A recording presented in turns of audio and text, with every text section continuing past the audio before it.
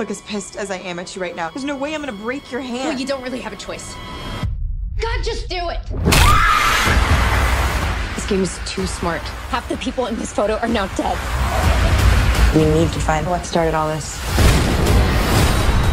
How do we get out of this game alive? You can't. It only ends when all the players are dead. And your turn's next. Dare me to choose which one of you to kill.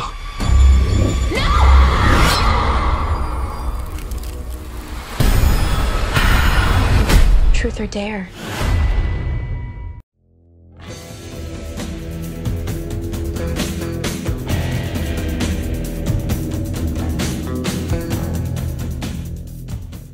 Hello, once again, watchers of Good Movies. My name is Nick Pell, and this is my review of Truth or Dare. Now, horror films have been particularly good recently. We've had It, we had Happy Death Day, we had Winchester earlier this year, which I personally enjoyed, and now we have Truth or Dare. So does this one live up to the growing goodness of horror films, or does it kind of take the whole genre down a peg?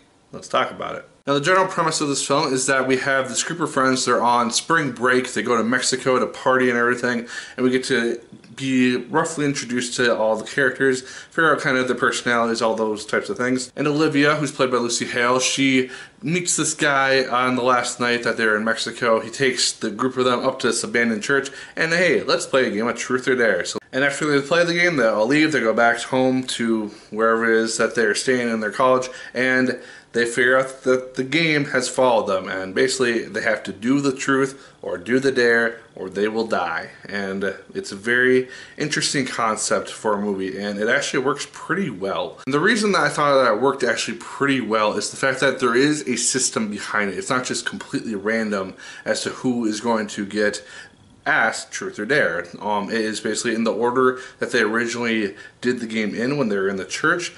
So you know the order of the characters who are going to be asked the question. So you know who is pretty much safe for the time and who is potentially going to be the next victim. I did like that there was a bit of foreshadowing towards the beginning of the film in regards to kind of how certain characters end up being killed. If you didn't catch it the first time, if you ever see the movie again, look for it in the first maybe 10-15 minutes. There's a bunch of dialogue, such as somebody talking about stabbing somebody with a pen, or breaking somebody's hand, and as you would guess, those types of events do transpire throughout the course of the film, and it makes it kind of a more interesting type of film because you get to look for those types of things. The only real issue that I had with the film is that it did have a pretty much unnecessary side plot. There is a side plot which deals with somebody's father who has end up killing themselves a while ago in the past, it seems, and there's another character who knows some sort of secret revolving that. And the idea is, oh hey, if I tell this person this secret, it's going to hurt them permanently and destroy the image of their father and everything. And so obviously that truth does come out, and I wish it was more of a game changer, and it really didn't have a huge effect on the main plot. The person who finds out, they're obviously devastated, blah blah, but it doesn't really affect the main story for more than maybe 5 minutes. And so it's kind of just a bigger build-up than it really needed to be, and I wish that it had pertained more to the game itself and the origins of it, and it could have made for a much more interesting reveal. There are legit scares in this film. There are a bunch of jump scares that actually work pretty well. You'll see a shadowy figure standing behind somebody, and then they disappear, and the next moment they're just suddenly in the person's face, grabbing them to ask them Truth or Dare. And it's actually quite terrifying at times when you're not expecting it. And my friend and I, who went to see the movie, we jumped a few times at that. So when a film can make us jump, especially PG-13 horror film, I give it props for that. I also found the film pretty engaging. It's about an hour and a half, maybe a little bit longer than that, maybe five minutes longer.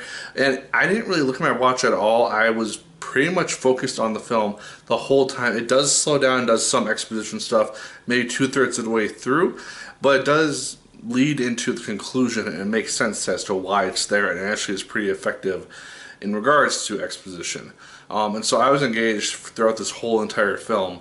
And I think that's saying something, especially a PG-13 movie, and it's a horror film.